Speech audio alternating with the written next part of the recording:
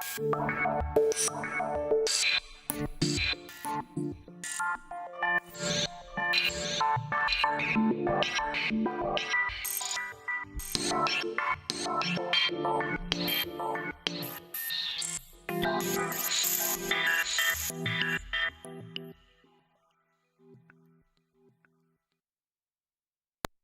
video contains subject matter that may be offensive and disturbing to some people. If you are the type to require a warning throughout a video or show, let this message serve as your warning. This channel discusses the harsh reality of true crime. If this warning is not sufficient for you, consider a different genre and unsubscribe from my channel immediately.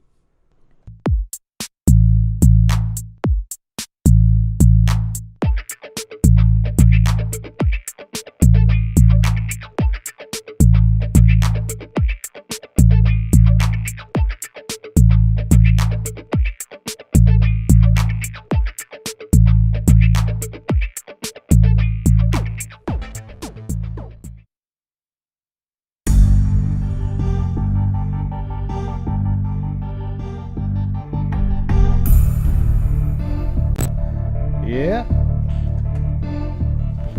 How's it going, everybody? As you can see, we're at $10,600 for the year, all because of you guys, okay? So now it's a new month, or month, as they say.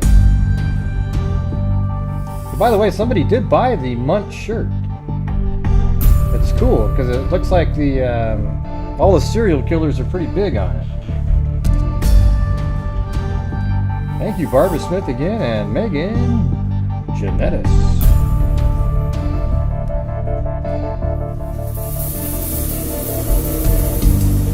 Yeah. So, my neck's feeling a little bit better today. I still have the same amount of numbness. It just doesn't have as much pain. Well, that means you have to turn up your settings a little bit. If I'm blurry, it's not me. It's on your end. No, unless, I don't know, it does say something about buffering. I think it's pretty good.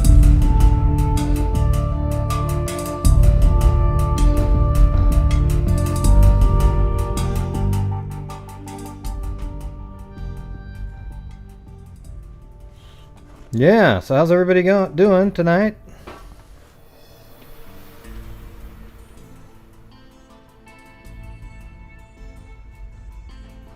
Yeah, I don't think anybody doesn't think the virus isn't a thing. Okay, people who think the virus isn't a thing are idiots. I mean, everybody on this channel and around know that the virus is still a thing. It's not. Let's see. What does that mean, loud? Yeah, I mean, 150,000 people have died so far. Lots of people have been on ventilators. It's not like an unusual thing.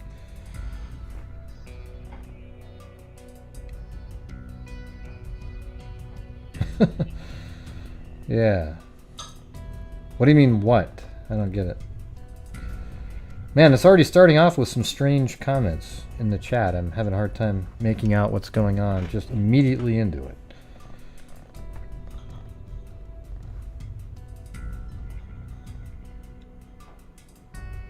Yeah, everybody, every single show I tell you at the end to wash your hands, wear your mask when you go outside. It's really obvious. I mean, everybody who doesn't think it's a thing are idiots, okay?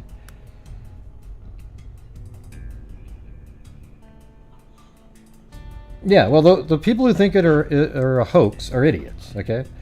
That's just the reality of it. Okay? They're the same conspiracy wackos that believe Sandy Hook was fake. They believe Kanika Jenkins was murdered. You know, on and on and on.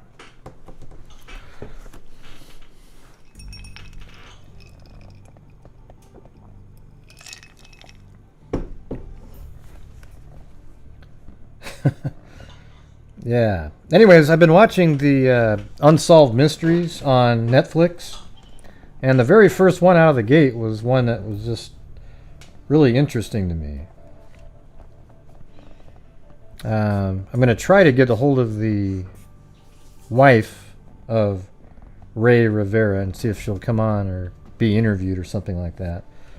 But that first episode was so interesting, and so I figured I could go over it again here. And I wasn't able to find a ton of newspaper articles about it, but I found some, and just a couple actually. And then I found there was another YouTube channel that had one video on it from 2008, and it was a news story just on that case, and it has the same reporter that's in the Netflix, quote, documentary.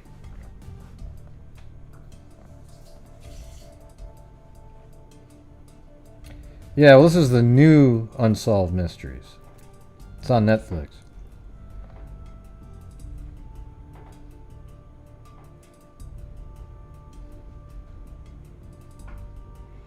Yeah, I hope you feel better, Julie. At least, you're on the show. You must be doing pretty good.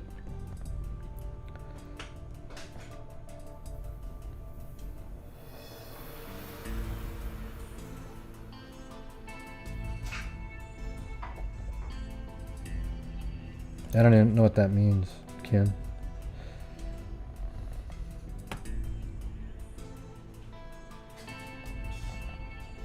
How many of you in there have seen that episode?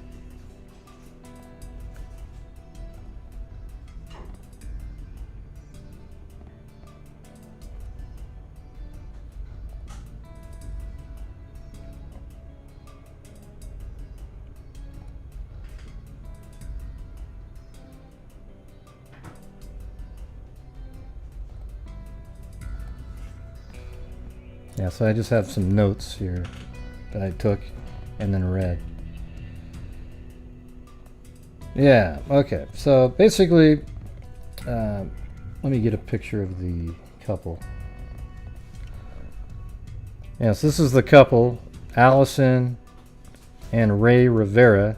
They lived in Southern California, and Ray was trying to be a writer for movies and so forth, and it wasn't really panning out for him, so he contacted a friend of his that lived in Baltimore, and that friend, Porter Stansberry, who runs a financial sort of advice, they do research on financial endeavors, stocks and whatnot, and speculate and write articles on that. And he was hired to go over and do that in Baltimore, a pretty far trip. So then they travel together all the way, obviously, because they just got married 6 months prior. So they traveled all the way over to Baltimore, and they bought a nice house, and then he goes missing. All right, so let me show you the location of it here.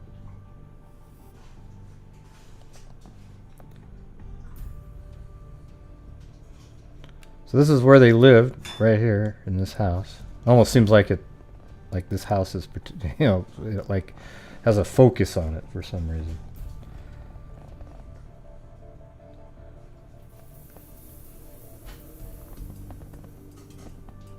Yeah. So it's this house right here. Really pretty house, and they were living there. And let's see. Okay, and then he went missing on May 16th, 2006, and they had a house guest living with them. I guess as a colleague of, I don't know if it's a colleague of her or a colleague of his, but the house guest was living there. And about 6:30 p.m. on the 16th, Ray gets a phone call and hurriedly leaves the house. In later investigations, they find out that he says something like "oh," like an exclamation point, saying "oh" really loud, and then he goes running out of the house. And the call that he received came from Porter Stansberry's business downtown. Okay, they just weren't able to pinpoint it because it was a switchboard in the in the business. So they couldn't say exactly who called, but that's where the call came from, which is pretty crazy. Yes, Billy Boy Blue. It's the Hughes Gray channel. Thank you.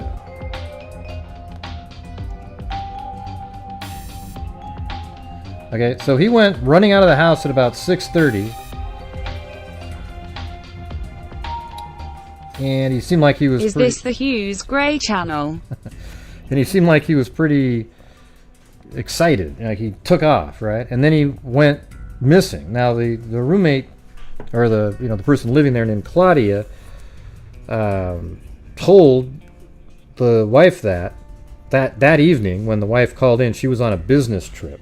Okay, so she had left to go on a business trip that morning. He cooked her breakfast and took out her suitcases to the car and everything like that. And then when she got to wherever she was going, she called back that evening, but he wasn't around. And then Claudia thought it was so strange that the next morning she actually called the wife, Allison, and said, Can't wait to hear Gray's theory on this case. Astonished face, astonished face. I don't know, the theories are...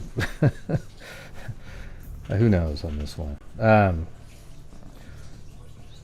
So she calls Allison and says, hey, he's not back. It's really weird. At 5, she even called at 5:30 in the morning because it was so weird that he never returned home after leaving in that hurriedly the night before. Okay. So then, Allison packed up her stuff from her trip and came back because she was worried, and everybody started looking. She started calling family members. They came into town from all over and started looking for him. And Ray was driving a 2001 Mitsubishi Montero. Okay, so he went missing on the 16th, and then family members started looking around town to see if they could find his car. And I guess the parents actually drove into a parking lot, and they were even discussing, hey, they were looking for it, and then the wife looks over the, right through the window of the driver's seat and says, oh, look, that's his car right there. And I'll show you where that is. That's where they live, so I'll give you the miles just approximately as the crow flies. Probably a little over 3 miles driving. So here's the parking lot right here. It's really cool that they have a 3D version of this. And it's right here. If you get on Street View, you can see this in the documentary. It's exact same. Everything's exactly the same. And apparently he's in stall number 7. And I think that would probably just be counting from here. 1, 2, 3, 4, 5, 6. So right in that spot right there. And they found the car there, and that was it, right? And then other people started coming around searching, and eventually somebody went on top of this garage here, and then they looked down over the side, and they saw a hole in the top of this roof right here with some sandals sitting off to the side there.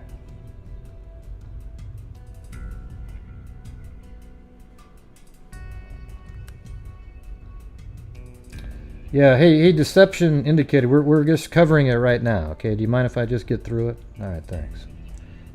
I always hate that when people show up and, they don't allow you to get through the story. They're so antsy about all the shit that they found out by watching the same damn show. Okay, so anyways, there's a hole in the roof right there, and let me see if I'll show you what it looked like. So here's an actual image, and you can see these domes or whatever, they're right there. There's the hole right there in the roof. Very narrow. It's almost like, at that time, they didn't know what the hole was, right? But eventually they called the police. The police came, and then in a room below, like a conference room, below here, they found his body, and it was decomposing.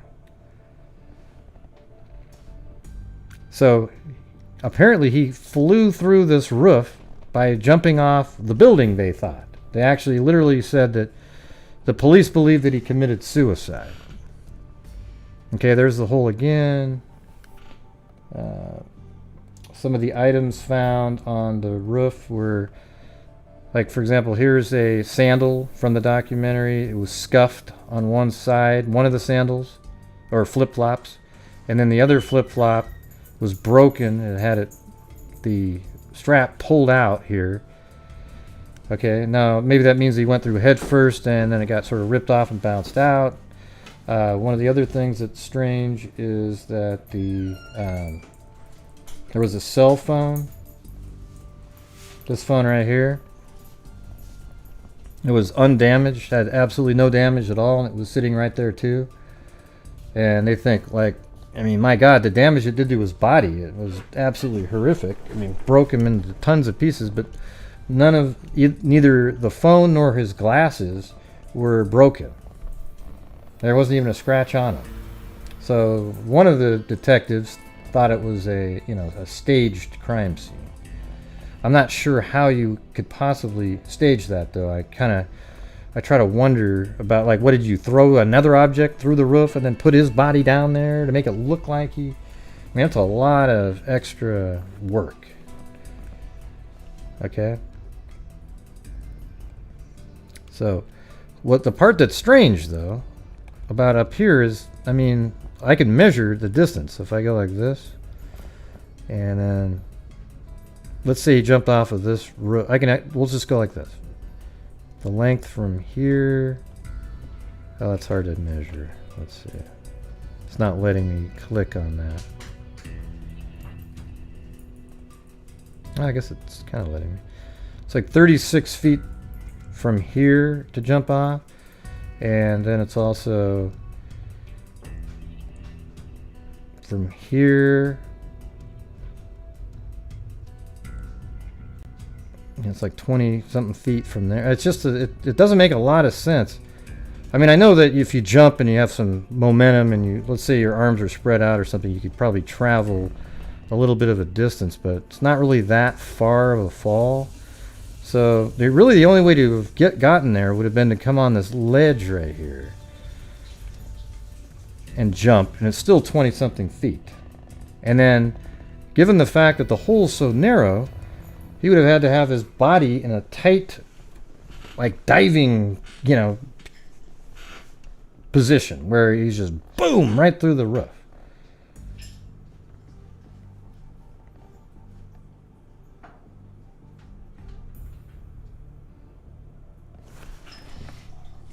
Yeah, hold on a second.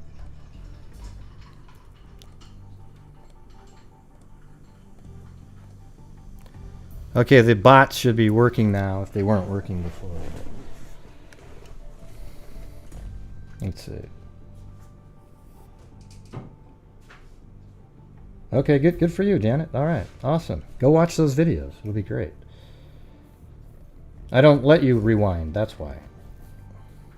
I've said that 1,000 times.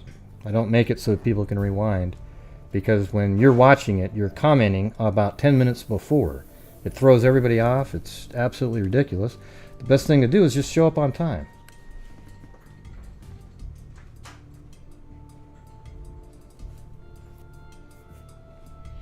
Yeah.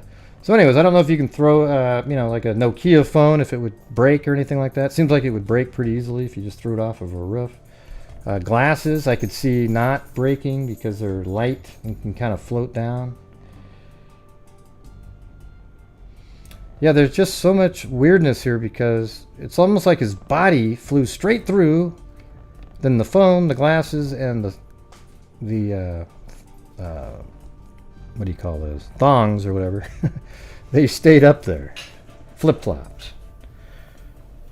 And there's just a little bit of damage, but a flip-flop wouldn't get that damaged. I mean, I don't understand the focus in on the flip-flop. I don't consider it. Flip-flops are really pliable. I see that one side just kind of got pulled out. I mean, hell, I've pulled that out just doing nothing. You know, you accidentally step on one side.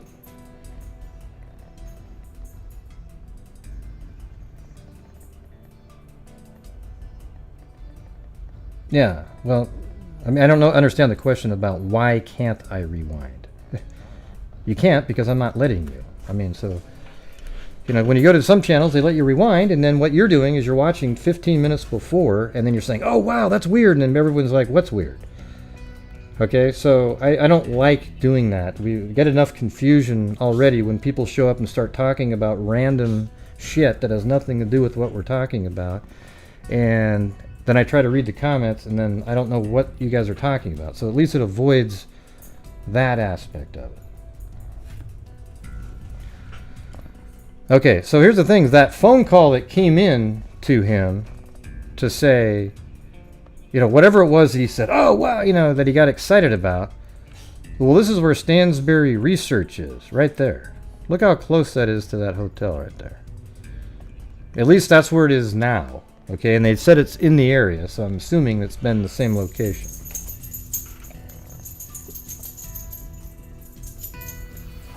They do, Benjamin. They do. Because the chat isn't rewound. The chat's live. Thank you, Billy Boy Blue. Or that's Billy Boy Red. What the heck is that? Streamlabs is great, BC. You can donate anything you want and Google doesn't get a cent. Well, thanks. Yeah, don't forget, everybody, that this is the new month here. Okay? Last month we started off kind of slow, then picked it up, got a good number at the end, so let's see.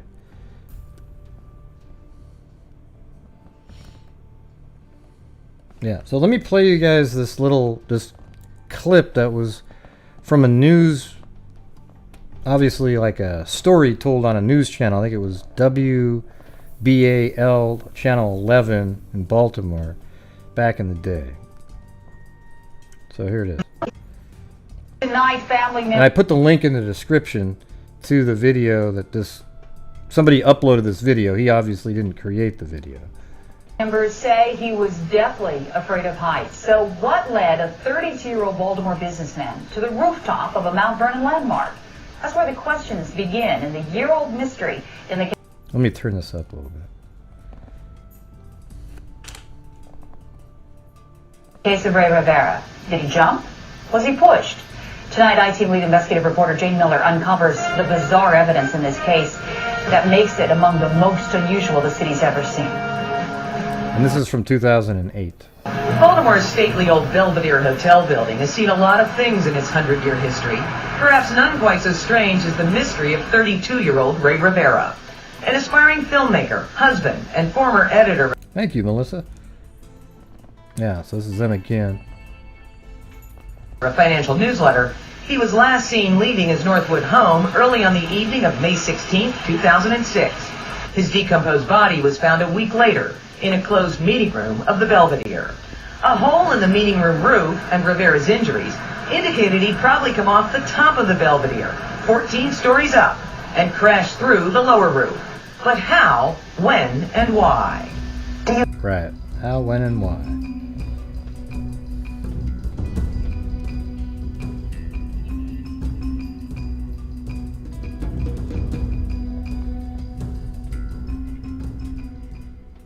Love this channel and love being a freak heart. Well, love having you here. Thanks. There we go. Any witnesses to any part of being on the roof? See, the lady talking right now, she's the one on the Unsolved Mysteries show that's on Netflix. But this is, again, 12 years ago. Going down, going through? No. Any witnesses? No, we don't. Medical examiners determined Rivera died from multiple and severe injuries consistent with a fall from a height. But they made no ruling as to homicide, suicide, or an accident, instead declaring the case undetermined because the circumstances surrounding the incident are unclear. But the real hallmark of the case is the unusual and the unexplained. Rivera's cell phone, for example, survived the apparent fall. It was found on top of the lower roof, as were Rivera's flip-flops. The phone was intact and in working order. Does that make sense? So those videos that you watched on YouTube, this exact same phone, does it break when you throw it off the roof?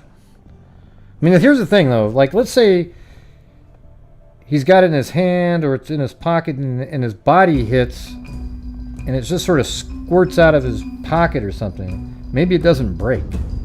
You know, the thing is sometimes things aren't explainable, but it happened, right?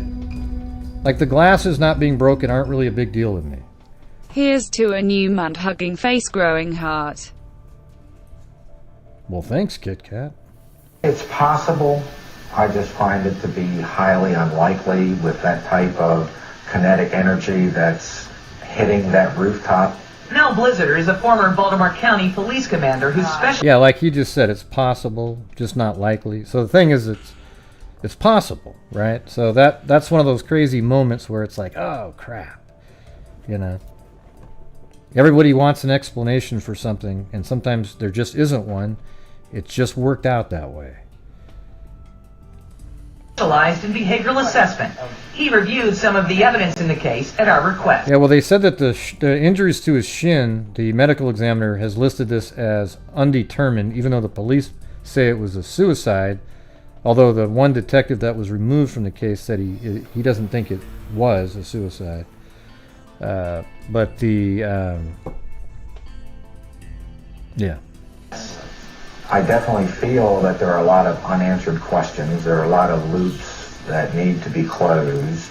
A big loop is a cryptic note found by family members after Rivera had disappeared. It was typed in minuscule print. See, this stuff's crazy, right? He put these... You had this thing really tightly folded up, a blank check connected to it. They don't think it's a suicide note. The FBI said it's not a suicide note. It was something else, though. It had a bunch of, like, you know, names of people that have died and actors. You know, he is a writer, so maybe there were notes. But why did you fold it up like that and then stick it to your computer? Folded up in plastic and taped to Rivera's home computer screen. Attached to it was a blank check. It seemed really bizarre. So bizarre that police sent it to the Yeah, like that's at his house. It's folded all up and attached to his computer screen with a blank check. And then he runs out of the house saying, "Oh," and he runs out and then he's dead. Hey Gray, is it possible for you to tell Kit Kat to come sit on my Facebook? You're crazy. Billy Boy Blue. One, you know. Oh boy. No, I won't tell her that. FBI, which examined it and concluded it wasn't a suicide note. Former police commander Blizzard reviewed it and agreed. What it does appear to be is a weird stream of conscious writing.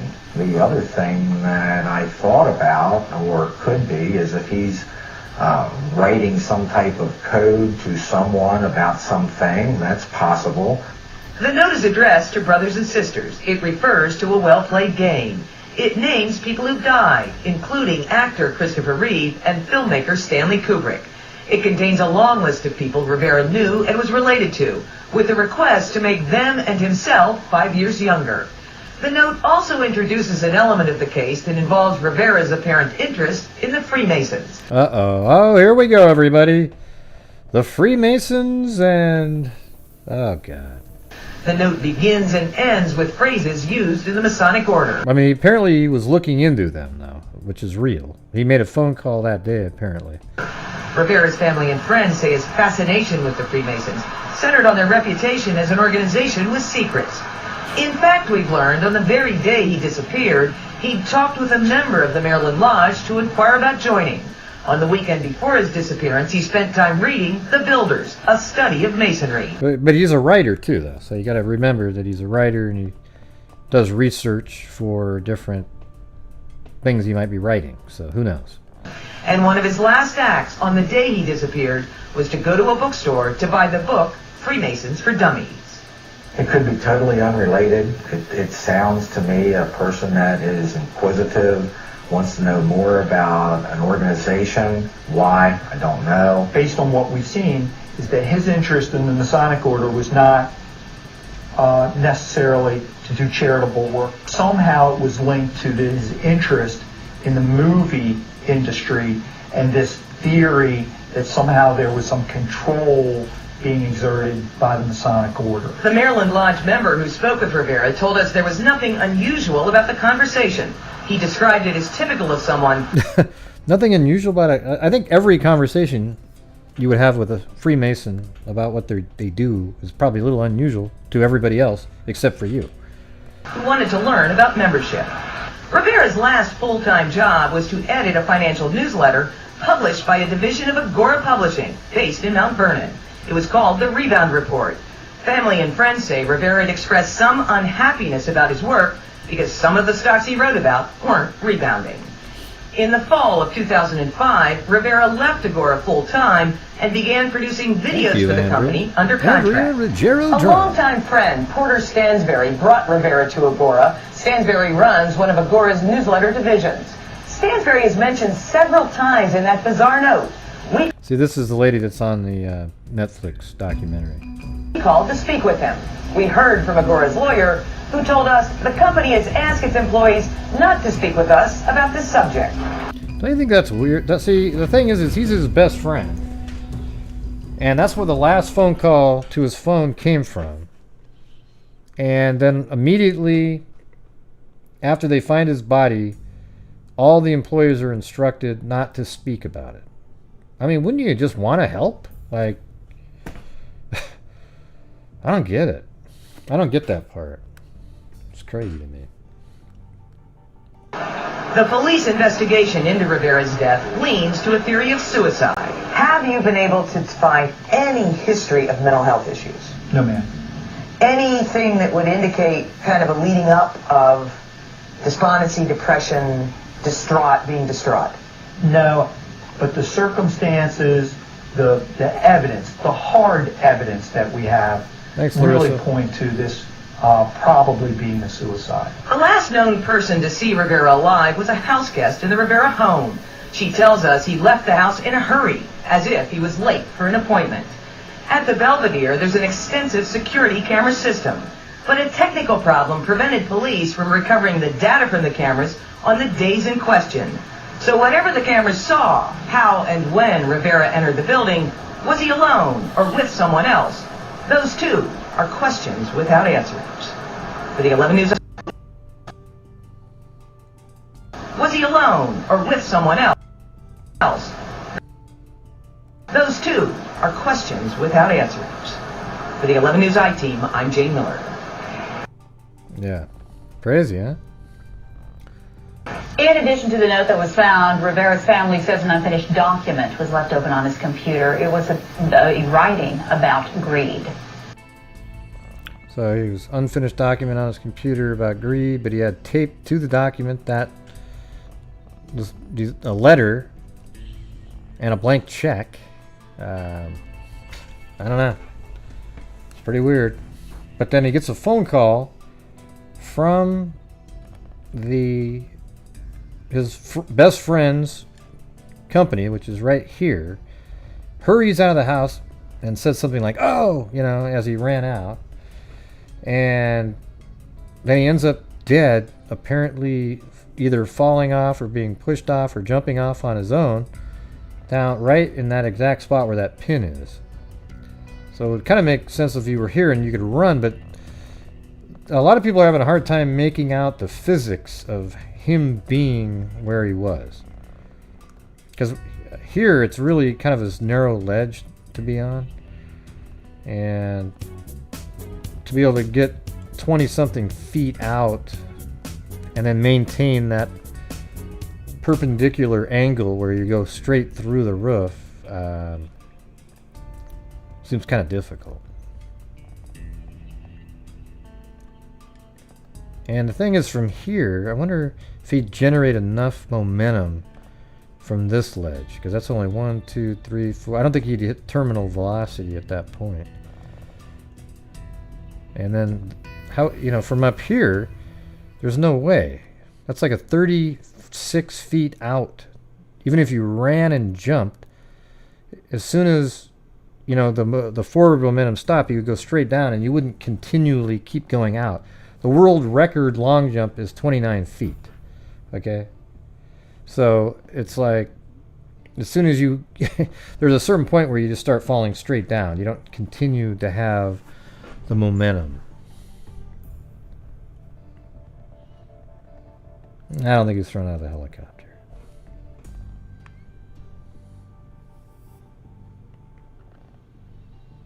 I don't know how the flip-flops were found. But some of the friends who found, they went on top of this roof looking for him, and then looked over here and saw that hole, called the police. The police went in there, and then in a used conference room, they found his body decomposing in there, because they found him like 8 days or so after he went missing. That's a crazy story. There's a little bit more to it, though.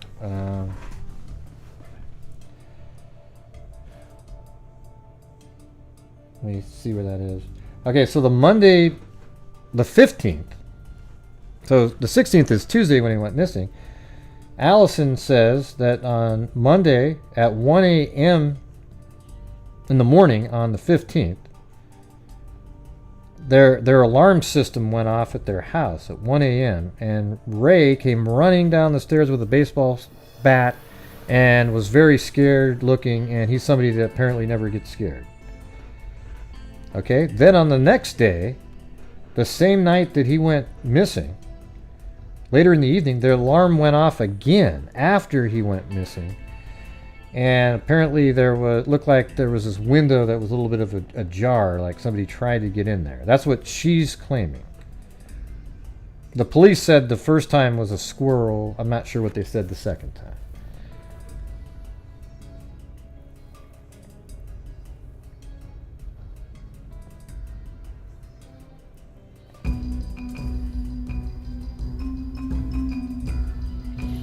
Thanks, Jessica Schubach. Oh, is it not letting you send super chats in? Sorry about that.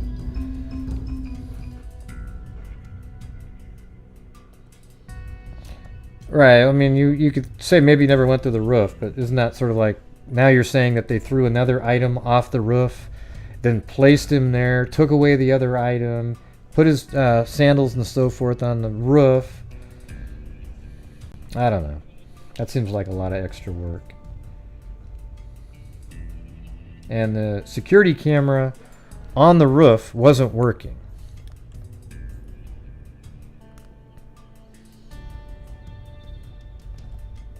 It wasn't working at all. So there is zero surveillance footage of him entering the hotel or anything, which is bizarre. Which again then adds back to the maybe he was never in the hotel.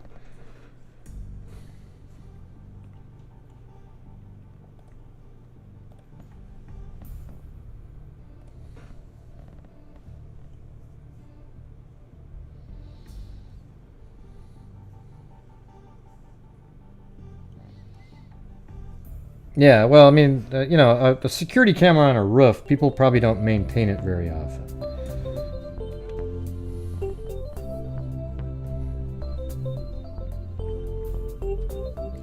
Thanks, Zozo. Yeah, it just seems odd. And none of his family members say he was in a bad place mentally or anything. So he parks there. Somehow he gets into the hotel and onto the roof. Or at least on one of these ledges here. And then there's a hole right there.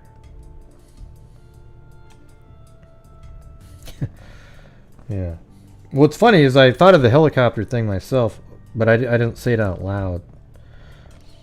But, you know, I mean, what would the purpose be? You fly a helicopter up here, drop him out for some reason right there, and then his body stays in a tight spiral going down, and then goes right through a really tiny hole, basically, breaks all of his bones, and then the phone doesn't have any damage to it. The glasses look fine. Flip-flops, one of them has a scuff mark on it, and the other one has the strap, part of the strap broken. I don't know, the wife was out of town. I don't think it had something to do with insurance. She's all over, you know, she's the one that's been covering the case for years.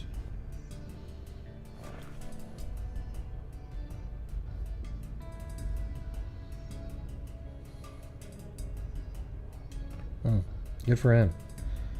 What does it have to do with this case, Emily? Oh my God, her brother's the same name. They must have some special insight into it. You know, I was looking up in Baltimore Ray Rivera, and there's like 1 million of them. Who are you guys saying bye to?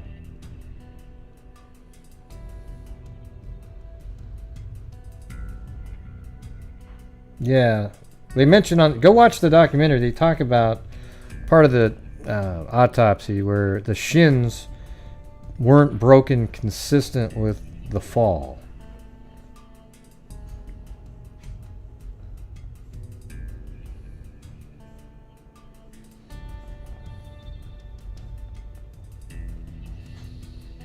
Well, we don't know why he went to the building. Nobody knows why. See, here's the sad part about it is nobody gets to ask the question to his best friend's business to say, hey, what was the phone call about that he got so excited about and ran out of the building? That's the answer of why he's in that area. Nobody has a time either of when this happened.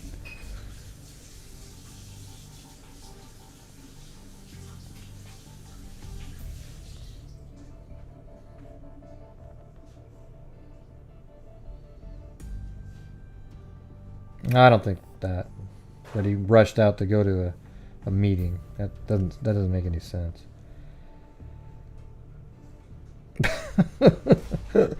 Come on, Christina. Jesus.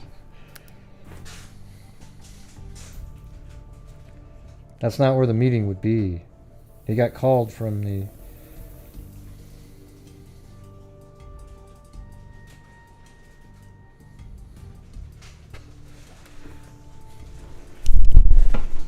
Yeah.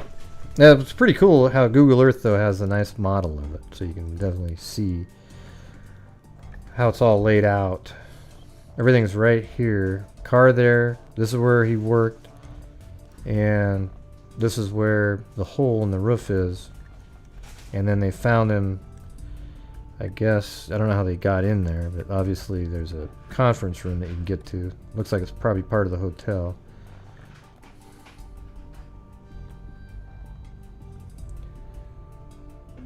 Yeah, it's interesting that the business just cut off they wouldn't talk to anybody. Just immediately. Why not just say what the phone call was about? It's like you should be able to subpoena people for that and not be able to plead the fifth. I don't know. Why can't we have the answer to that question? What was the call about that made him go, oh, you know, and freak, you know, kind of run out of the house wearing his flip-flops. I mean, he left the house. So the thing is, you know, to rebut the meeting idea is, you know, he probably would have taken a couple extra seconds to put on something else instead of run out of the house with flip-flops on. Unless it was something else, you know, like there was something just really kind of major going on, a big deal, and he gets called over to it. But he, you know, some people theorize that he figured out something, being the writer, that he stumbled upon some information that he wasn't supposed to know.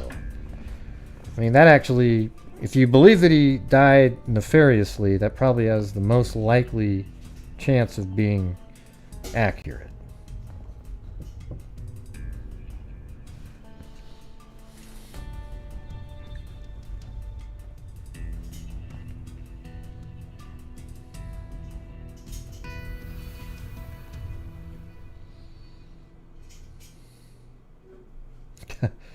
Come on, Gene. You just keep going over and rehashing over and over and over again. I'm sure they figured all that out.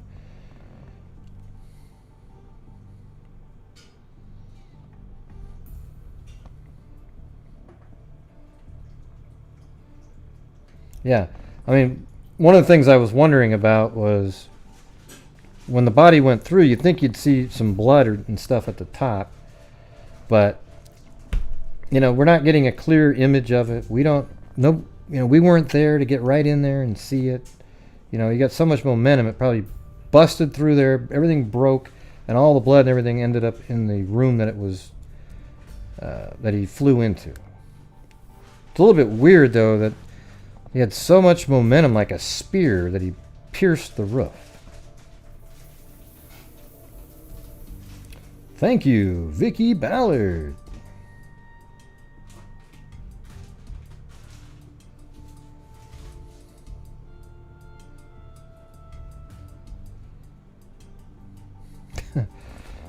Yeah. Well, the thing is there's not enough tangible facts. But here's the thing: those 2 alarms that went off are interesting. Missed yesterday. Sorry. Smiling face with hearts. Well, thanks. We got to start this new month too. So thanks, Vicky. Let's see. Yeah, those 2 alarms that went off are interesting to me. I was also interesting to me that Allison, the mom or the wife, said that it didn't really cross her mind for a little bit. Well, man, I think I would think of that. I don't know how I would be in a situation like that, but I think I would be thinking about the 2 alarms that went off so close to the time he went missing, almost immediately. All right, wouldn't you be thinking to yourself, Especially one of them was the day he went missing. That evening, an alarm went off, and as the wife explained, that there was no bushes in a specific area, and you could just walk right up to a window, and it looked like it had been fiddled with or something. So maybe that person was trying to get in there to get something that he was working on, right? So if that's true, I mean, so that we're doing the ancient aliens thing now. You know, if that is related, then the call that was made to his house from the Stansbury offices was probably related to the same people that were breaking in. And there was some urgency to that call. Okay? That's what I'm saying. We're doing the if thing here because we don't have a lot. But I'm basing it on the little facts that we do know.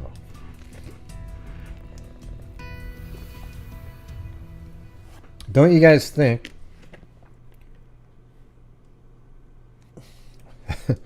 what happened with Streamlabs, Jamie?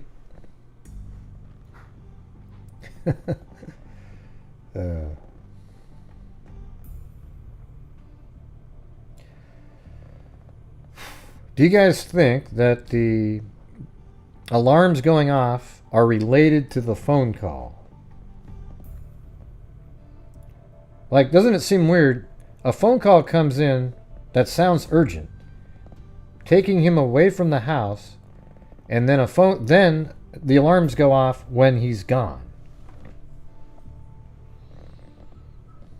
Okay, so if you think that there's a good chance that those are related, then you go, well, who called him on the phone? See, this is that logic that you got to use when you do stuff like that. I'm not saying it's right, but if you're going to go down this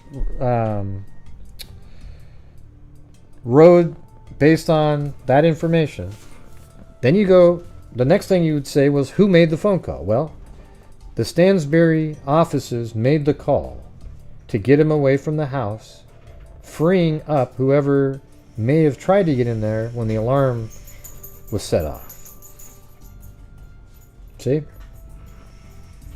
So you have that. Also, Stansbury did put up $1,000 reward, and you know, That's kind of a chump change. But, you know, $1,000 reward. And he said he missed his friend and everything like that. So, might not have anything to do with it, but maybe somebody else that worked there had something to do with it. But it's weird that they cut off all communication with the investigations as well. So you have a phone call from Stansberry's research, that building, to Ray's phone. Ray leaves in a hurry, looking frantic. Then later that night, somebody tries to break into that very same house. Ray goes missing. Then he's found dead 8 days later, apparently flying off the roof. Okay, so there you go. I've seen little images of some of the most ridiculous analysis I've ever seen. People are doing on those letters, but you can't read them. They're so far away. So I'm trying to get a copy of the actual letters.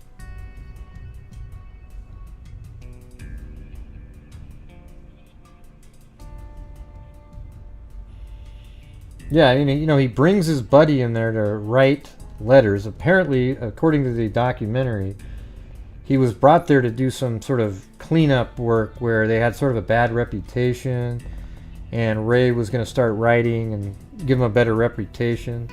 But you sort of wonder, like, did he stumble upon something when he was doing research for... I mean, he seems like a really inquisitive type person. I mean, he's calling up the Freemasons, you know, trying to figure out what's going on over there.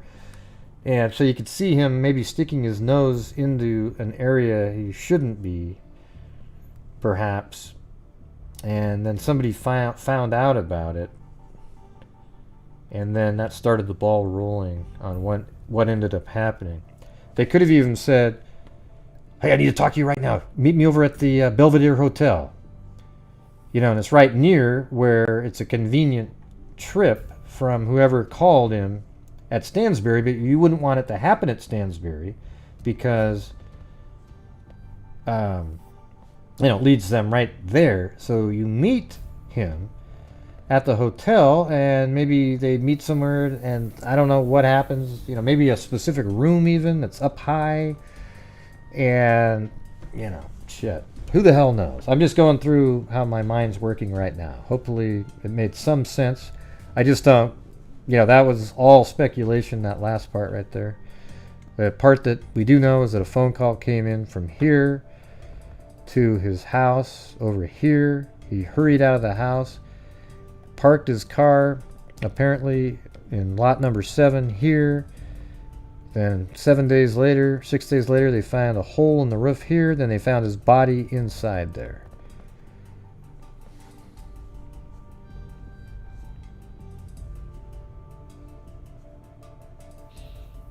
Yes, Gene, yeah. He said that he was writing an article on, like, greed isn't good. Probably, it sounds like he was writing a rebuttal to that one movie with Michael Douglas. I can't remember.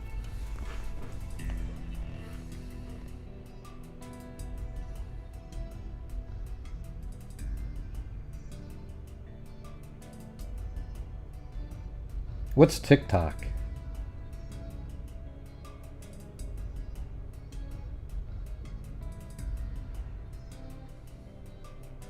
I think, didn't Facebook just buy TikTok? I don't use any of that shit. I just use YouTube and Facebook.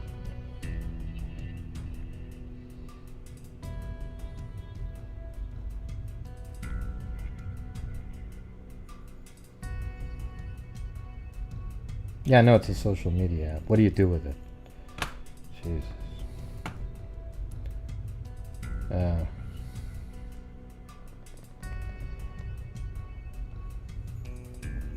Probably. Okay, anyways, that's all I got for this one. I don't really have any more. I mean, do you guys want to call in and talk about your theories? What you think based on what we've gone over?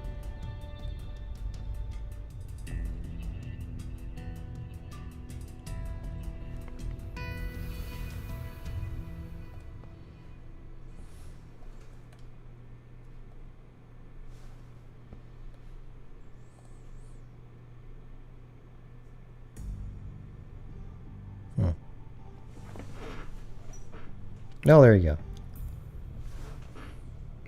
Thanks, Allison R.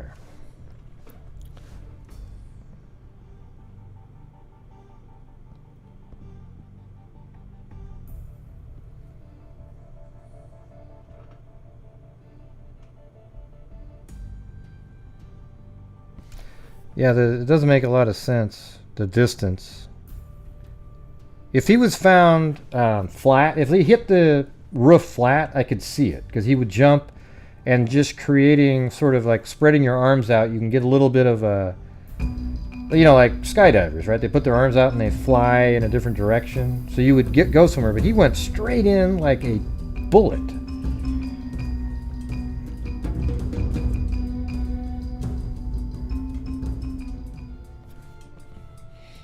Yeah.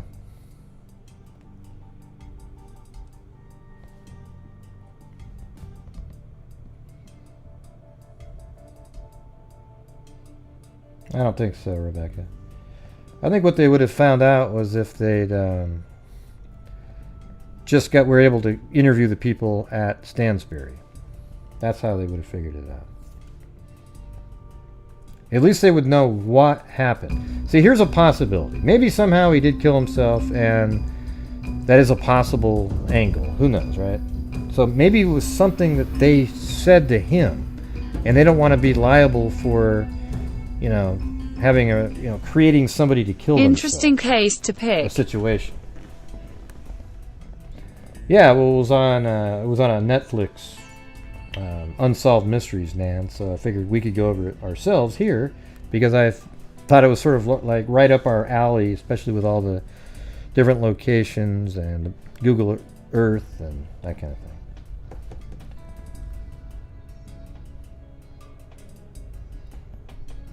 Well, I think some stuff makes sense, Chris. You know, it just, there's parts missing. You know, things that make sense are that somebody was trying to get him to get out of that house. If you believe that the alarms going off are related to that. And then they made the call, and then he went, oh, God, and he kind of sprinted out of the house. And then there's, you know, that's where the missing parts come in.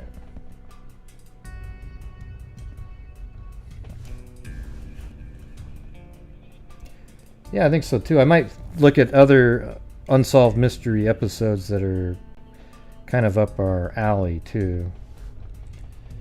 You know, they did one on aliens. You know, it wasn't really, I mean, it was interesting. It just...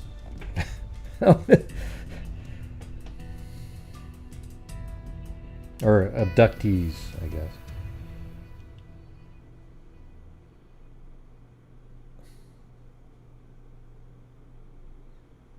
I don't know. Are you still there, Kit Kat?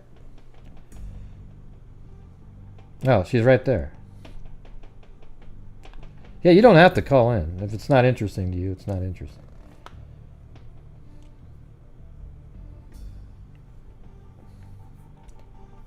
Well, I think what really happened was he was abducted by aliens that were controlled by the Freemasons.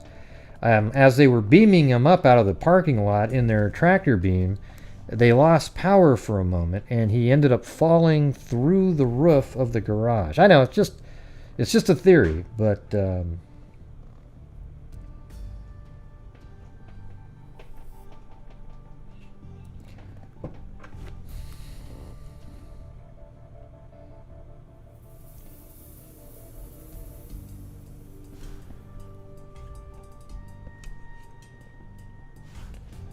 I think he was dead before he hit the roof. Could be.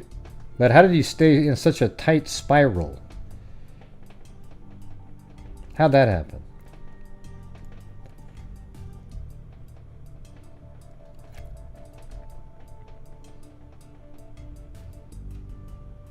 Yeah, I know you guys think that, but can you explain why it would be in a tight spiral? If you threw a limp body off of a roof, it would just be flopping in the winds and it would have made a big hole there. Or not even gone through it.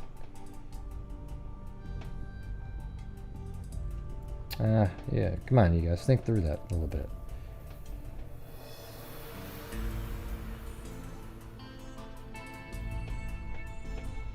If he was pushed, then he probably did keep rigor more. Oh, give me a break. Jesus. Oh, God.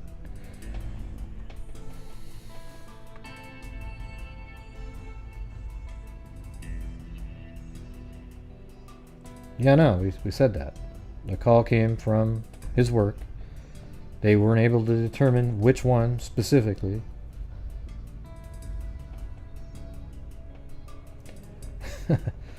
No, I didn't. Maybe, wow.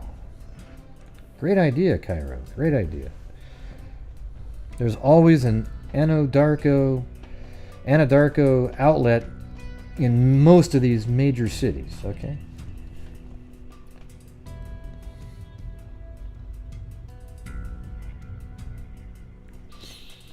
Well, we don't have a great start of this month going. Right now, we'll be donating $10 at the end of the month. Or 15, excuse me. Thanks, Cairo. So multiply that by 30. Did you even investigate the Anadarko connection? That answer lies within. Yep. Anadarko oil. She was alive and pushed her drop. Yeah.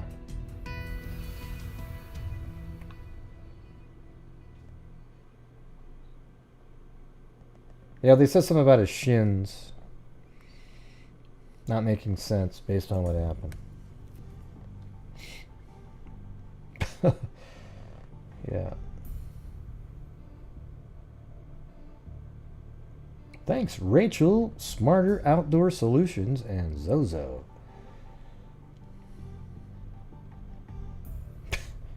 Or 35. That's funny. Oh, look at that. Kit Kat with this. Surfing anyone. Oh, and in the other case that we've been talking about, this will be the third time, the Gia Fuda case.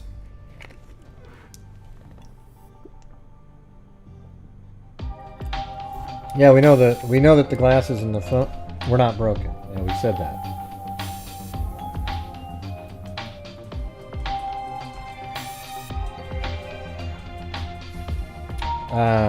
The glasses, I can see how they would break. Woman surfing, woman surfing, woman surfing. You know, unless you crunch the glasses. I guarantee it, you could take glasses, throw them off your head, and they wouldn't break if they hit the ground. Because they're sort of light and sort of float a little bit. And depending on how they hit, they might not break. The phone would be harder, but... All $35, grin. Yeah.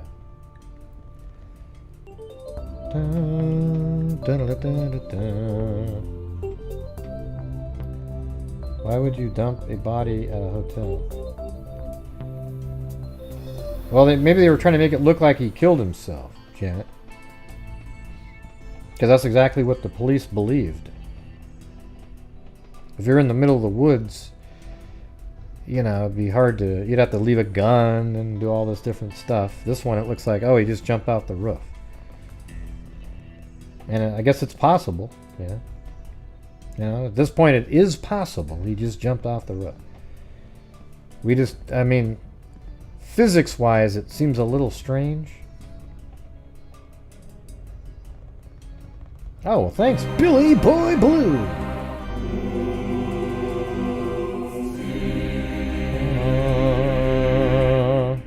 Here's $10 in lieu of me calling in. Well, I'm more impressed that you use the word Lou. Okay? I mean, instead of Jack and Jill went up the hill each with $1.25. Jill came down with $2.50. Ooh! I mean, I guarantee it, Andrew Dice Clay never said the word in lieu of. Okay? Well, he probably went, in lieu of, you know, however he'd say it. Hey, thanks, Ellen Vaughn.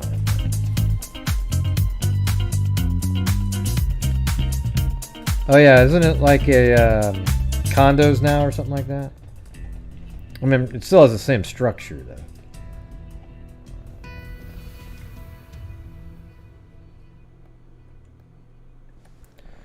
Yeah. All right, let's see. Let's go back in time and see what dates they have here. Yeah. There's a September 2005 and April 2007.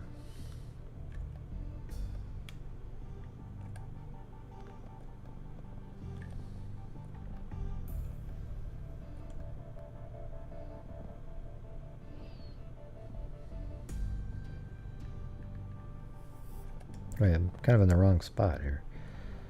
There we go.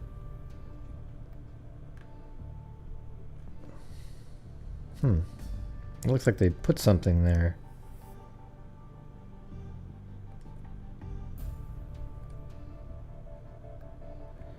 It's kind of weird.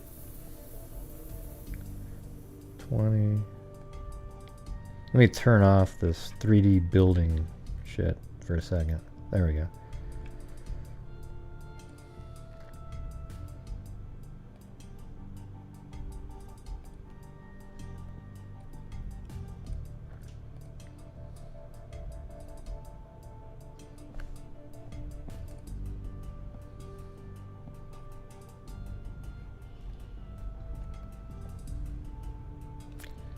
Huh. It's almost like they put a little patch in right there. Because that's 2007, this little shape. And that's right where it was, right there.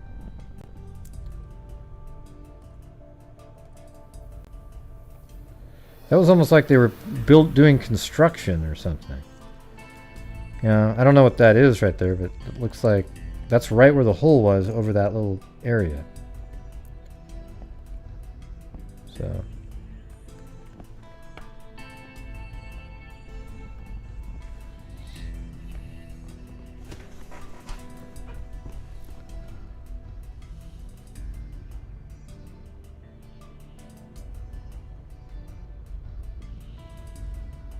yeah, well, I wonder, well, you know, I don't know why she hasn't done that. Aldo, I mean, it's actually a pretty good question to ask her. You know, maybe it's like, well, he was a good friend, there's no evidence, I don't want to... But why can't they just get who made the call? I guarantee it, the internal information shows who made the call. Even though the switchboard doesn't, I'm sure there's records of who made what call internally.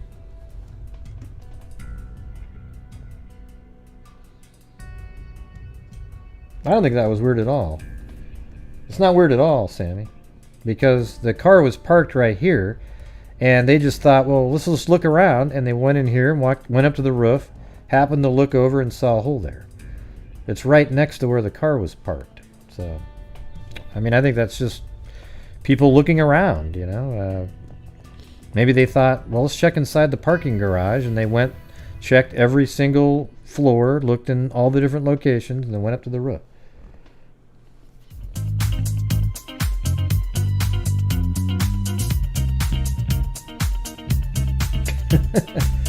Yeah, I always liked that one. Here we Okay, fine. Lil Miss Muffet sat on a tuffet, eating her curds and whey. Along came a spider, sat down beside her. He said, hey, what's in the bowl, beach?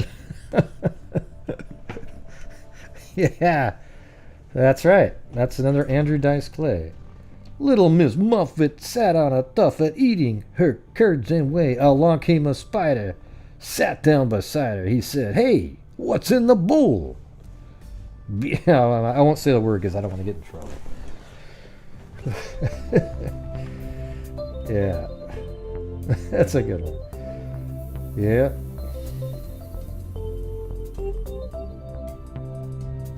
Hey, maybe you can hear now, Richard Watts. Does the new phone have volume? I'm glad you dropped your old one.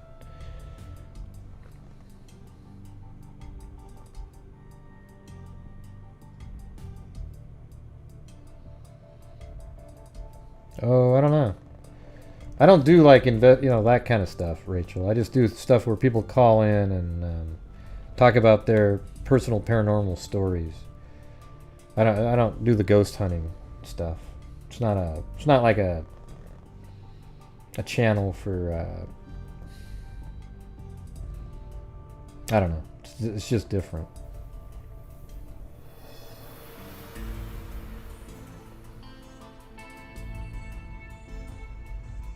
Why would you be doing an investigation?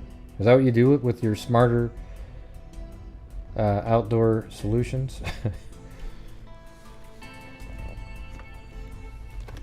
I got scratched. Oh, come on, Jesus. Look, I don't believe in that kind of stuff. Right? I believe in the weird stuff that happens. I don't believe in EVPs. I don't believe in psychics. I don't believe in, you know, a lot of stuff. No, EVP is total bullshit. Okay. All right.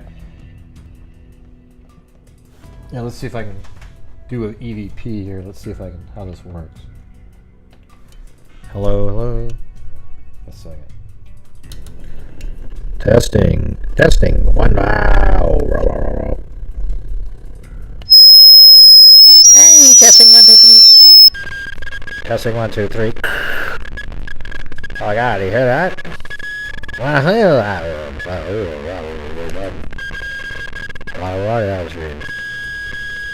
I want to read about it. Can you hear that? I want to read about it other time. Oh my God, I want to read about it other time. I heard it. It says, I want a peanut butter and jelly sandwich. Did you guys all hear that? I want a peanut butter and jelly sandwich. Let's try it again. Ask a question. What do you want? Let's ask this ghost something. Let's ask this ghost something. Ask him a question.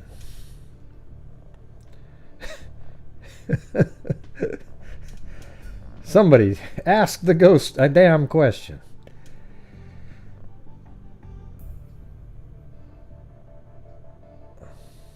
What kind of jelly? What kind of jelly, Sir Ghost?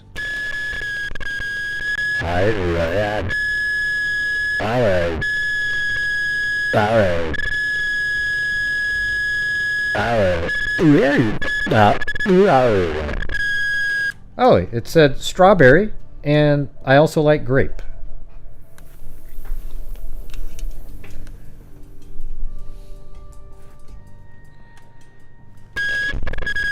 Where is Jimmy Hoffa?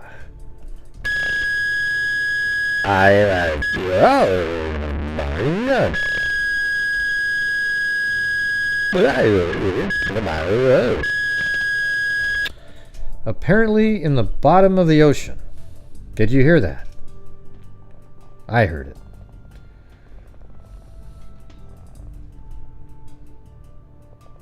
Boxers or briefs?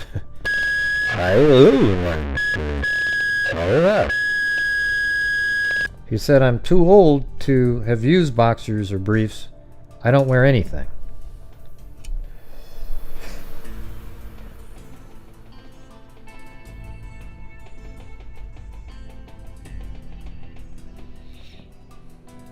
Yeah. So basically, everybody, anytime you be ashamed of yourself if you ever watch an EVP channel and believe anything that they're saying, okay? Okay, because it's totally embarrassing. I feel sorry for you and ashamed of you if you go over there going, wow, it was so interesting. They heard this thing. Okay, it's absolutely ridiculous. Because all they do is they look at stuff just like the rest of us, come up with something that's sort of viable, and then they assign it to some higher crazy power, okay? It's absolute bullshit. There you go. Thank you. Yes, that's right. The ghosts and goblins out there have signed contracts with Mattel. And that's why they're able to make these apps for your phone, because they gave permission to have the secret code to a channel that they're on. So you can open up that app on your phone and start communicating with ghosts.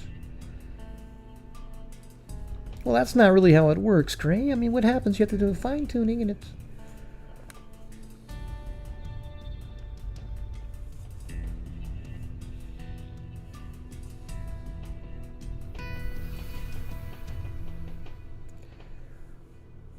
Oh yeah, ghouls. Yeah, I forgot about ghouls. You're right. Thanks, Dadio Caspian Horses Rock.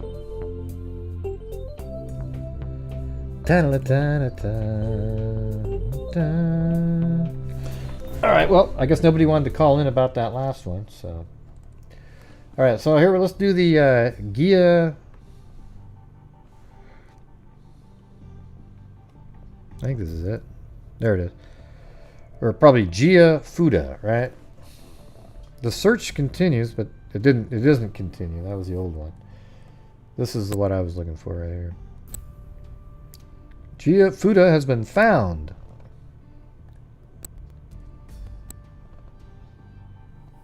To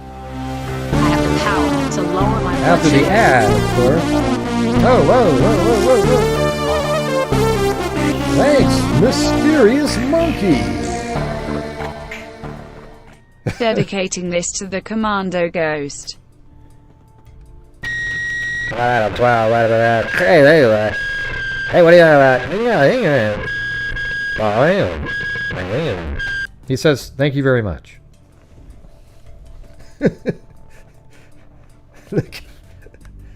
The Commando. That was pretty funny. and A1C. Because I can still make my own insulin. And Trulicity. Is this going to have the story? Let's see.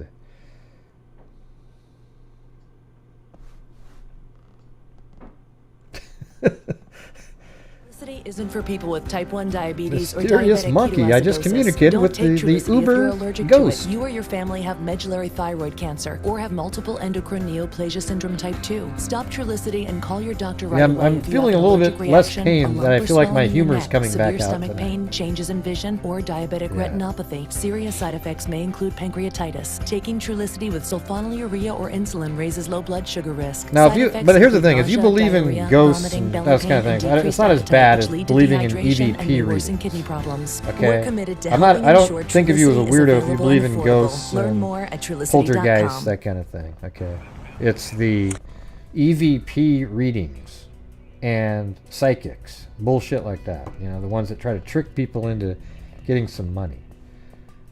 Yeah, exactly, Eric. And today is a critical day. It's exactly 1 week since anyone has heard from Gia Fuda, and investigators want to find Okay, Gia well, Fuda's she was family found, and hope so- alive. Exactly a week since their 18-year-old. All right, here we go.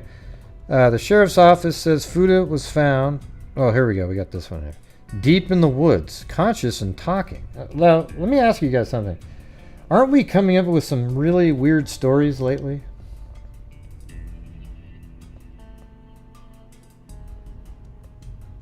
I mean, what? How did she go get in the middle of the woods?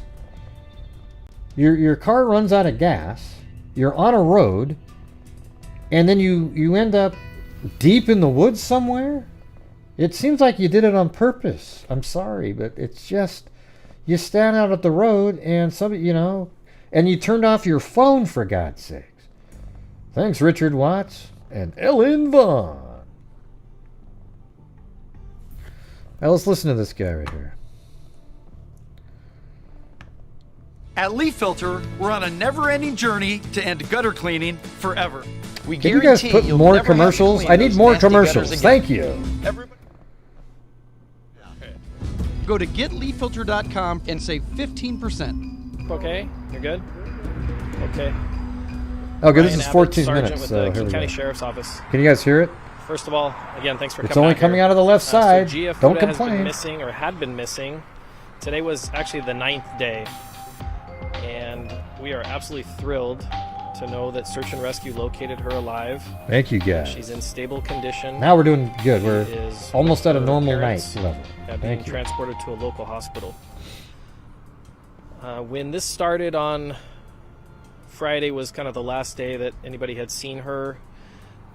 We had King County Search and Rescue out for the first several days, and we had Search and Rescue out from all over the state assisting us throughout the week. They are I know, absolutely you can't amazing. hear They on do the this. right They're side. volunteers. They It's do just this on one their own side. time. And again, to find enough people to come out here, hundreds of volunteers day in and day out to try to find Gia was amazing. So They began searching. We had a bloodhound that came in on Tuesday that tracked about 1.75 miles westbound. So we had a feeling that she was possibly headed westbound. The nearest gas station was quite a haul from there, and she had run out of gas. They had searched the area all around where the bloodhound had tracked to and then stopped tracking. They did some more measurements to try to determine exactly where her phone was last got a signal. Because it's a dead area, it makes it really difficult for the tracking of cell phones. But they did some more kind of triangulating and figuring out exactly where she could have been. They continued the search today, and at about 2:45 p.m., there was a deputy and multiple search and rescue volunteers that came across a notebook that ended up belonging to Gia. They started to follow the creek, and as they walked up the creek, they located some clothing and shoes.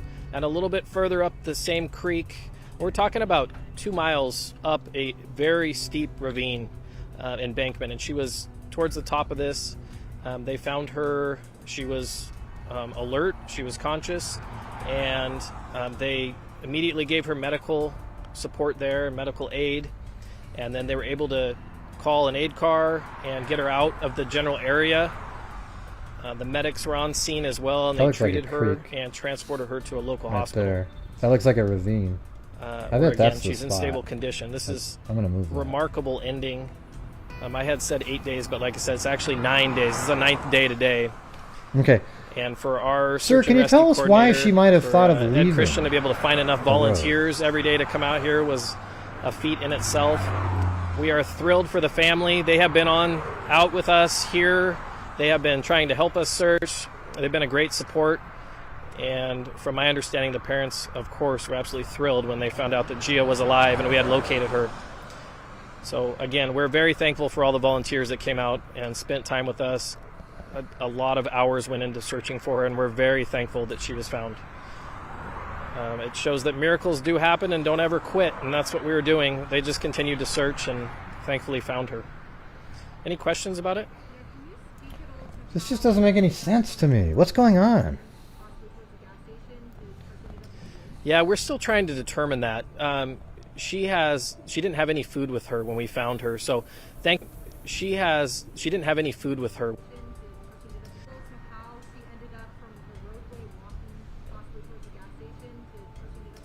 Yeah, we're still trying to determine that. She didn't have any food with her when we found her, so thankfully the creek was nearby, so she had water, but she wasn't very coherent. So we don't actually know exactly how she got up in that area yet. We don't know if she got turned around the wrong way. It seems like she had to do this on or purpose. what, but that's something that we'll be able to ask her in a couple days once she's treated at the hospital and she's feeling better.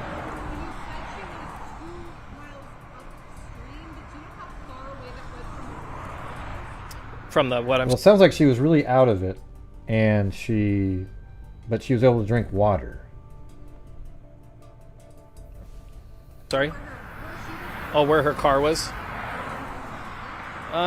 So it was about... Gosh, I'd have to ask. I'm thinking from her car.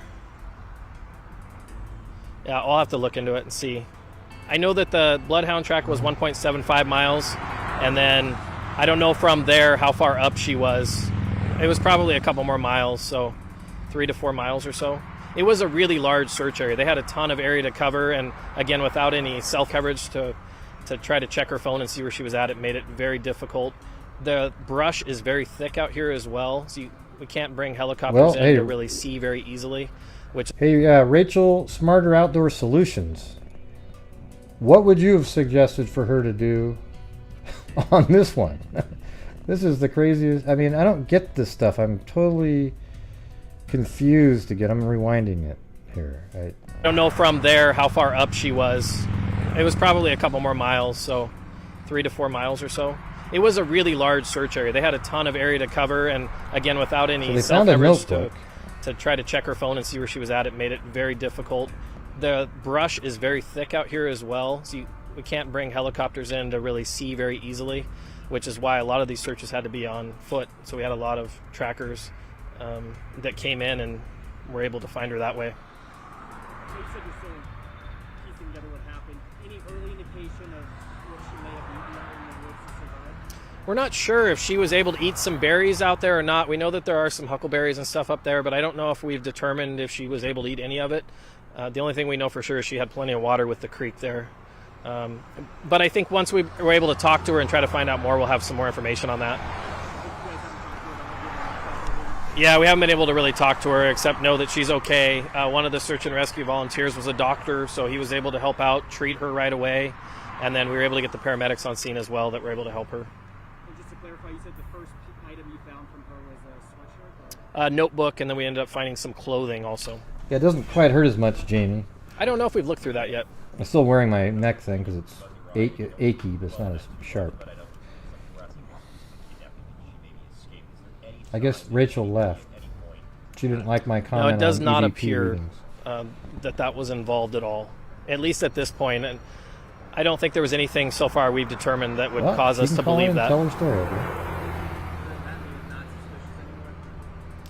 Well, we still don't know how she got out there, but you know, all these. We had all the signs in the beginning with her purse being left behind, with it running out of gas in a really remote area. And it's very possible she could have just got turned around when she was trying to walk to get gas. We don't. No, it's not possible. You're on a road.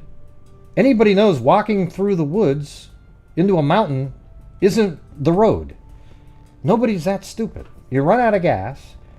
Why did she leave the road? There's only one freaking road there. It's right here. Look, I mean, look, you're here. You just kind of keep going. There isn't like, oh, wait, let me go up there. Maybe there's a gas station 4 miles up into the woods. I don't know why she was up there yet at this point. We don't know what caused her to go up the ravine. You're almost just so happy you found her, you're not questioning what the hell she was doing up there.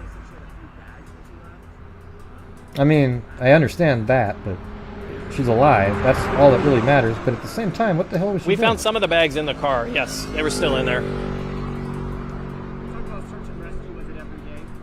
Yeah, the searchers were here from 7 days total. And they were here every day from early in the morning to late at night. And this isn't an easy area to get to either. So a lot of the search and rescue people came from King County, all the counties pretty much in the area. Yeah, I'm getting a surgery no matter what. Volunteers to help us. We're very, very fortunate. I apologize. So she left her purse behind, like her cell phone was out of the car and it just was not powered on. Is that correct? It was not in the car, so she most likely took it with her. And we don't know if it wasn't powered on or if it just lost signal because it's a dead zone where she was at with the cell phones. None of the cell phones are working. Okay, that makes some sense. That part. I mean, 9 days in your wilderness, someone's missing. How common or not common is it for someone to be found alive after that amount of time? Yeah, this is very rare. Talking to our search and rescue coordinator, Detective Christian, he's been doing this a long time. I think he said this is the second longest ever, and he's been a cop for a very long time. So, and he does a lot of these search and rescue missions. I can't think of for this length of time any other ones that I can think of. So it's very rare. It is definitely a miracle, and we are so thrilled that she's okay and made it out of there. Again, for her family and for all of her friends. There's been so much support and so much interest and people wanting to help. It's been really nice to see. Great. But why did she leave the road, sir?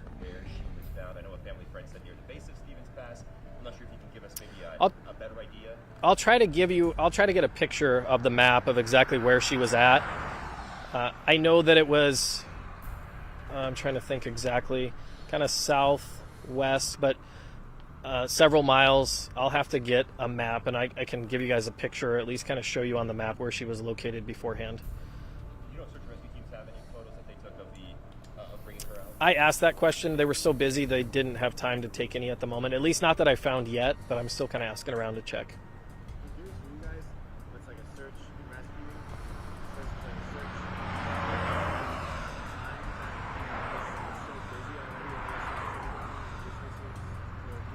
Yeah, it just doesn't make any sense. I hate stuff that doesn't make sense.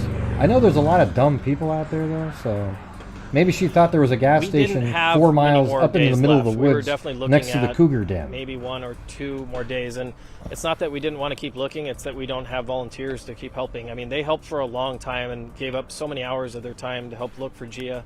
So the hardest part for us and for our search and rescue coordinator and for everybody is to try to determine, you know, when that cutoff is. But knowing search and rescue, knowing Ed, they don't want to give up and they want to keep going. So they're going to keep coming out here as long as it takes to a reasonable amount of time. And because we found somebody else in the past 10 days out, we still had a couple days we felt that we could hopefully find her alive.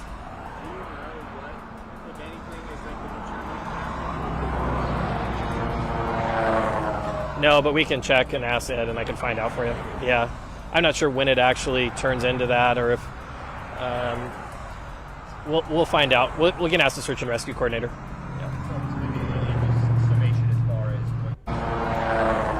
No, but we can check and ask Ed, and I can. Somebody else in the past 10 days out, we still had a couple days we felt that we could hopefully find her alive.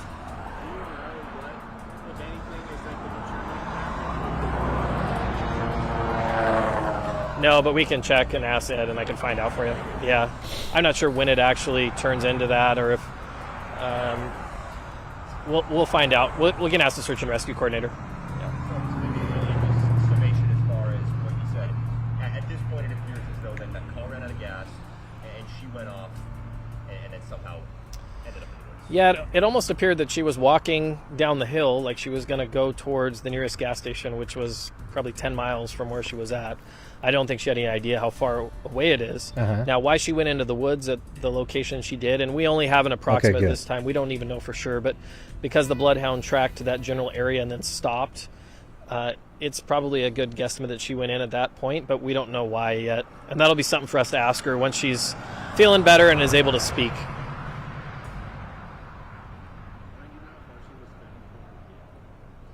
I'll find out from Ed. I think it was just shy of 4 miles.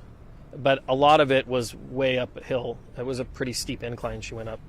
She had no supplies. She was relying on the water from the creek. Yeah, she didn't have anything with her. She had a little bit of clothing with her, notepad, and that was it. It might be obvious. Those surveillance pics that were released on Wednesday were before. Yeah, that was on Friday. The surveillance pics were from Friday down at the espresso stand before she had run out of gas. Yeah. So is it safe for us to say that you guys think that she was walking away from the car, walking back to the woods, like she went into the woods? That's... Why she did it or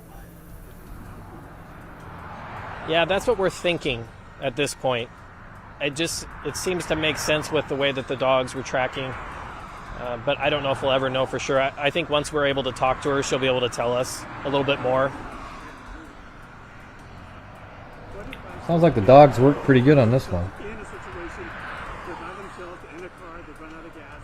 What should they think about if they're in that situation? Yeah, if you're out of gas, especially in a secluded area like this, putting your hood up on your car to let people know that you're having some vehicle trouble is always a really good start. It's also a signal to a serial killer. There is a lot of troopers that we have up in the area, and then there's also a lot of people that know when they come up here that there's not a lot of that there's no cell phone coverage. We have a lot of cabins in the area and other things like that, so people are always trying to help. Obviously, we tell people to be really cautious of who you get help from. If you can wait for a police officer to come by or DOT crew or somebody like that, that's your best option. But if it gets to be hours and hours you're still sitting there, then you might have to look at some other options at that point. Can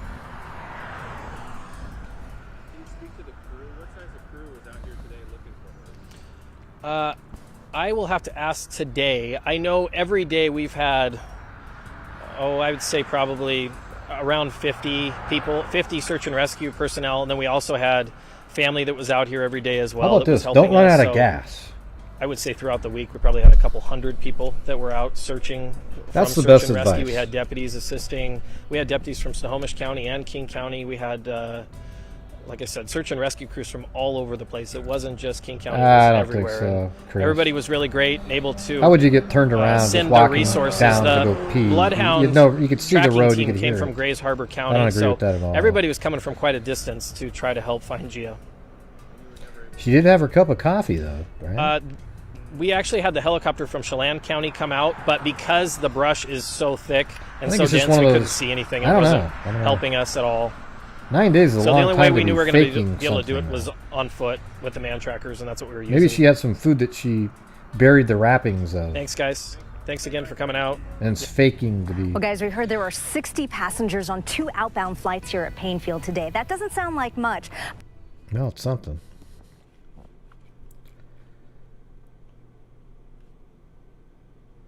They first found a notebook and later clothing along.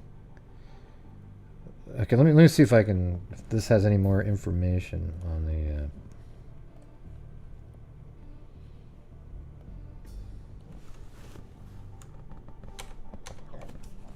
Why is it? What a crappy webpage. The crew found a notebook and later clothing along the side of a creek where they eventually found Fuda. She was climbing up a steep ravine. The sheriff's office says she was able to drink water from the stream, and a family and friends tells us she survived by eating berries.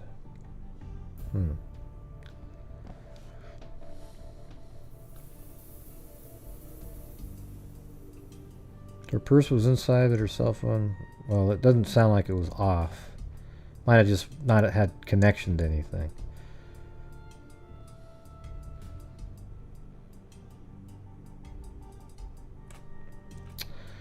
I don't know. God, it just I don't really care what story's told. Something really dumb or something weird happened here. It's not normal. It's crazy. So it's not going to really matter to me what oh yeah, because here's the thing. Nothing at this point is possible to make sense. Okay? Nothing. Oh, okay, that makes sense. Yeah, you stepped off the road to go pee, and then you walked the opposite direction away from the sound of the cars on the road. Yeah, so that doesn't make sense either. Unless there's something sort of nefarious, like, oh wow, somebody started chasing me and I ran off in the woods and I got nervous, and something like that. That would make sense. But if you're just going to say this naturally happened, I'm going to have a hard time. Yeah, Maddie Bell's different than this one.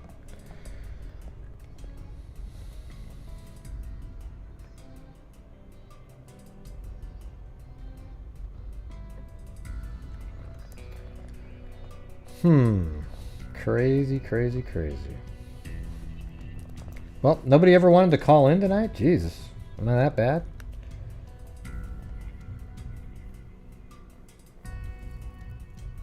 Yeah, well, yeah, the most important thing is that she's alive, but we're a true crime channel, so that's not what I'm interested in right now. Because now that she's alive, I want to know how in the hell something like that could even happen. Okay? So, comments like that are trying to get people to shut things down, and we don't do that. We try to figure out why and how and that kind of thing. It's okay if you don't call in. I mean, it's okay to do shorter shows from time to time. Yeah, I definitely need to gonna have to know the answer of what actually happened. She might, even if she says, oh yeah, I went off the side of the road to go pee and I got turned around, it's not going to make sense. Because you don't have to go that far. Plus, you can hear the road when cars are driving by. So you would know you're walking in the wrong direction.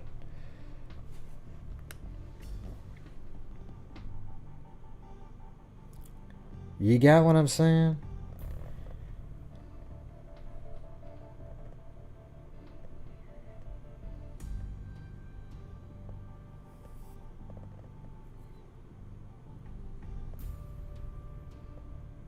Good night, Linda Howell, as in Linda Moldenhau.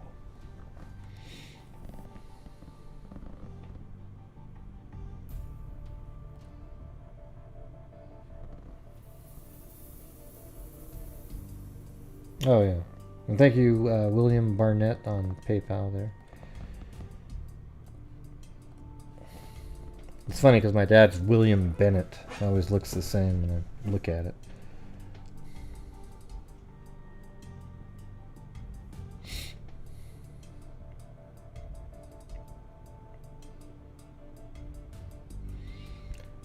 Yeah, she runs out of gas and gets lost in the woods for 9 days. Yeah, and you run out of gas on a road, right? A highway. And it's the only road. So how do you get lost on that? You were on the road. You run out of gas and you're still on the road, and all of a sudden you get lost in the woods. So even if you had to go off the side of the road and go pee, like somebody else suggested, because she did go buy the coffee earlier, it's still almost impossible to get lost. Because you wouldn't walk a mile into the woods to go pee, right? You'd probably walk 50 feet, go behind a tree and go pee. And women can pee in like 2 seconds. I don't know what it's not really fair, but you guys have girl code and quick pee. It's like, done.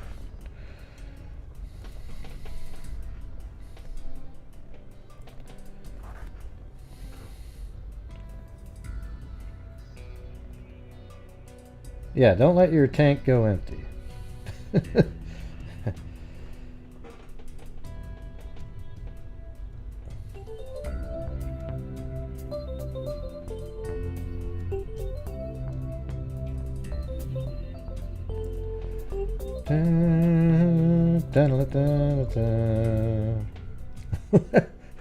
Tell me hey, listen, I tell the truth on this channel. Okay? And tell me that wasn't true what I just said.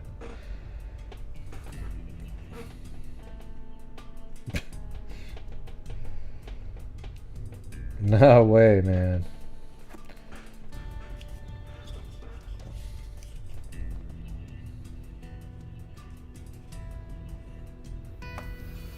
I don't know. I don't think we're going to find out many answers. They're just going to come up with some weird version of a story, and you know, we're just going to go, oh, okay, yeah, that makes sense. Yeah. Don't question it, anybody. You know. I mean, weird stuff does happen out there. I just don't understand this one. Okay? I mean, I do say weird shit happens. This doesn't sound like anything weird should have been happening. Where you get up in the mountains 4 miles from anything. Lost after your car ran out of gas. And there's only one road. Pretty easy to just stay on that road. Yeah. Glad she was found. But now I just need to know what happened. Just so it makes sense in my brain. Yeah, well, that was the other theory, that, you know, only if something nefarious happened and you were running from somebody, maybe that's what happened. Other than that, nope.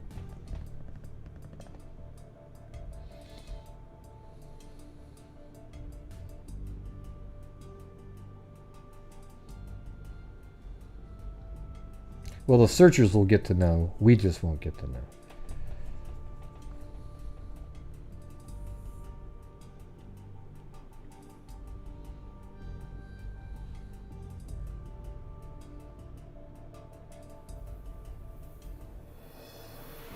Yeah, but it doesn't matter if you pooped or peed or whatever. You're still just going to go a little ways in, go poop and pee. Who gives a damn? And then you're going to go out. I mean, you still have to, you know, women still have to pull off their pants to go poop or pee. There's no, you know, it's not like, oh, I better go an extra 50 yards to go poop. You know, so it's just, it doesn't make sense regardless. I don't care, you know.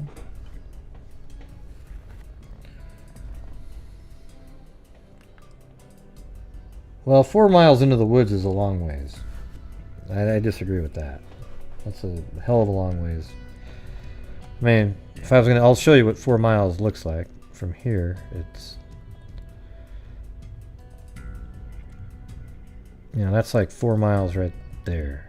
So you'd be clear up into here, and you're not even, you know, it's way down there is the road.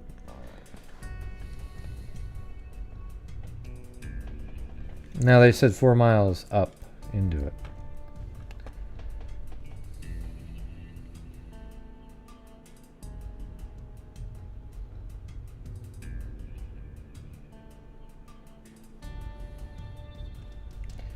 That's okay. I'm actually gonna turn off the phone thing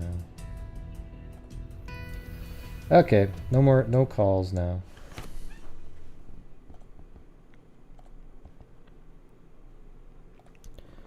Dun, dun, dun, dun, dun, dun.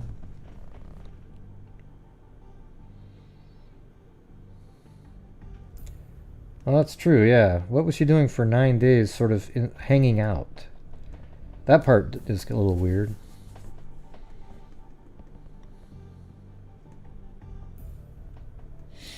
Nah, I don't know. I'm not... I'll just probably make this a shorter night. I was thinking you guys were going to call in about that last case with your theories, but it didn't work.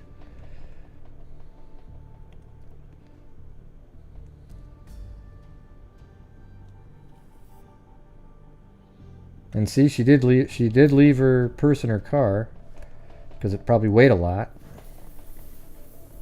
And she was going to start walking. But not a bad idea, Kit Kat.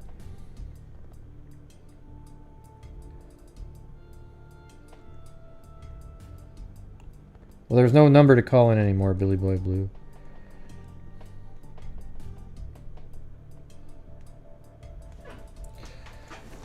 Ugh.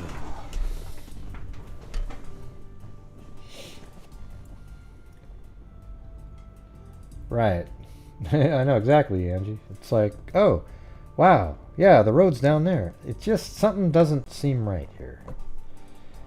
I mean, there might not be anything nefarious with other actors and everything. Something with her, you know. Like, we've had other cases where we thought, like, these people go missing on purpose to create an issue. This one seems more likely to be that, because you're on a road, you're out of gas, there's no reason to get lost.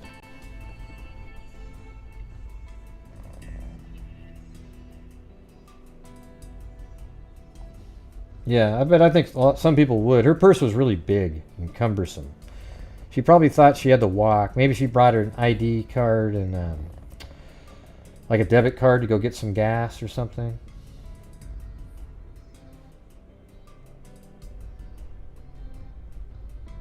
Yeah, maybe something like what Richard just said. Some people, you know, crying out for attention. Like Wally Gator just said.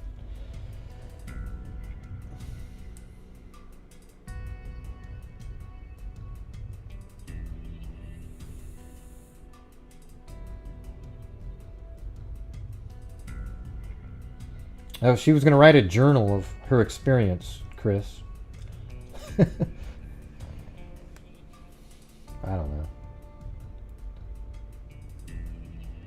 Well, it doesn't sound like there's another guy in the Maddie case. In this one.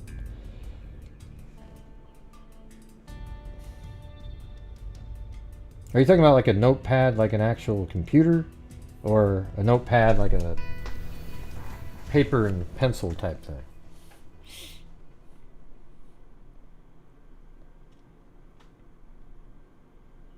Where does it say that she was with a Bible? I didn't see that.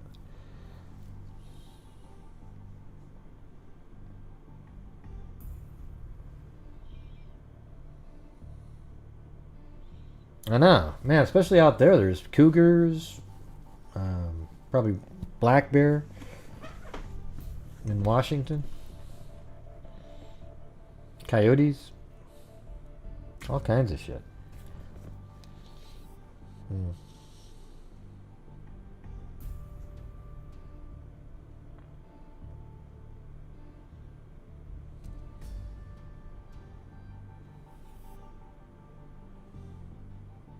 Yeah, no, we don't have lions and tigers over here.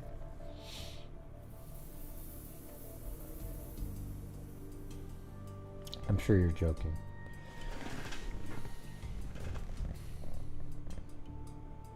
What do you mean, what Bible? What does that mean? Just accept it that there was a Bible. Okay. Don't tell me you want to know what denomination of church the Bible was. Please tell me. That's not what you're asking. Lions and tigers and bears. Oh my.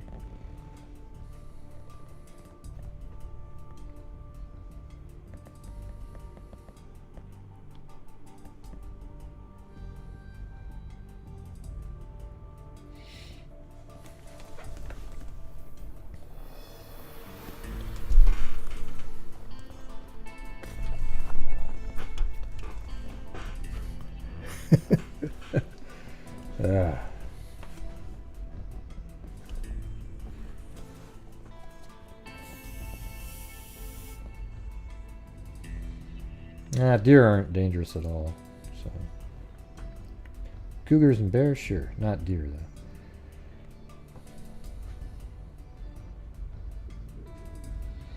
Good night, Richard Watts. All right, everybody. I think that's going to be it for me tonight.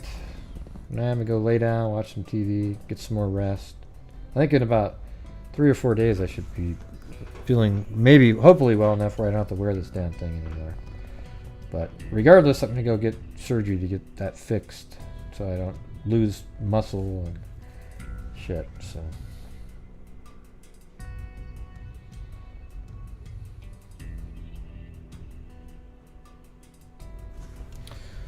All right. So thank you guys for all showing up tonight. A little bit, almost got to a normal amount, but not quite.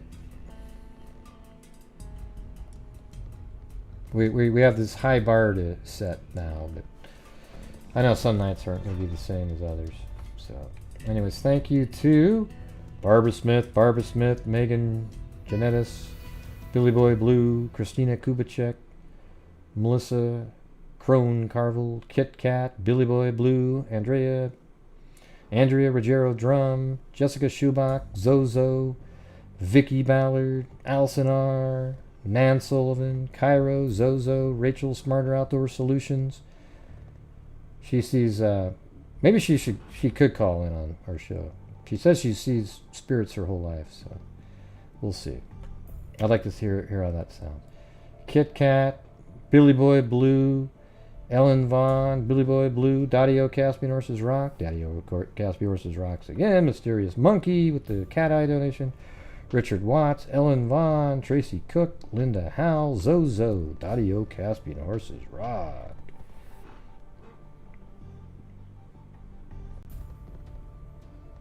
Look at that emoji.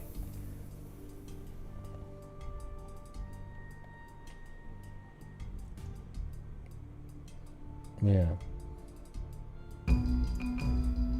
2 feet from a 6 point, I slowly backed away. I don't even know what that means. Yeah, they're not dangerous, deer. So there you go. Just letting you know. I mean, you can make, I guess if you ran across a deer during mating season, weird shit. Normally they just run away from you, though. I mean, some people have been attacked by deer, but they're not generally dangerous. If you just make a noise, they're going to run off. Okay, all right, everybody. Thank you very much. As I crank my neck over to the side. And make sure that you are still washing your hands with sanitizer, wearing a mask, and social distancing, and don't touch your face unless you've washed your hands. Okay? All right, everybody. Thank you very much. And as I always say, everybody, until next time, be safe out there. Yeah, I've been doing this true crime thing for quite a while now. And during this whole time, I have not seen one person that is a crime dissector. Like rejector. I'm a certified human lie detector. Gonna get ya on a stretcher if you try and play me like an old projector. Crime sector is my nectar. Professor Grader's gonna give another lecture. Crime collector, freak connector, and I'm always gonna be a pup protector. Fool deflector, interceptor, and I'm meaner than a spectre with a vector on his pector. With all respect, y'all, just remember I've a temple fucking check ya. I have no agenda, I'm no pretender, and I'll serve it to you straight without the blender. And in the end, I'm gonna send ya on a mission to reveal the true offender. Yeah, so I'll just get right back to work. Alright, everybody? Talk to you. What the heck? Wow, that was crazy! Whoa!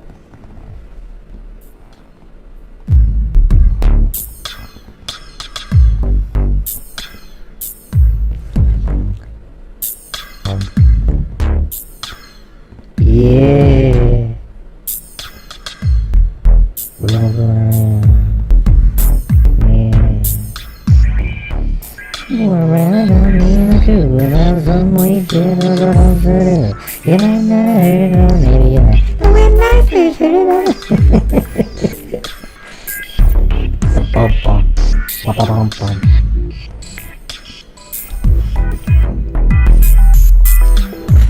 Hey, that was fun, everybody. Thank you all for showing up tonight. Yay! Good night, John Boy. Wow, Mary Lou, you're a little bit crazy tonight. Alright. Were you rapping right there, Mary Lou? Yes, I was. Yes, I was. Yes, I was. Yes, I was. Rolling around me in the trees. Find some way to possible. Yeah, that's not bad. That's not bad, Mary Lou. Alright, bud. Alright, have a good one. Talk to you later, alright? Good night, Mary Lou. Good night, John Boy. Wow, that was crazy. Those guys actually just sort of had a sort of a goofy little conversation at the end right there. Really strange. Alright, everybody. Be safe.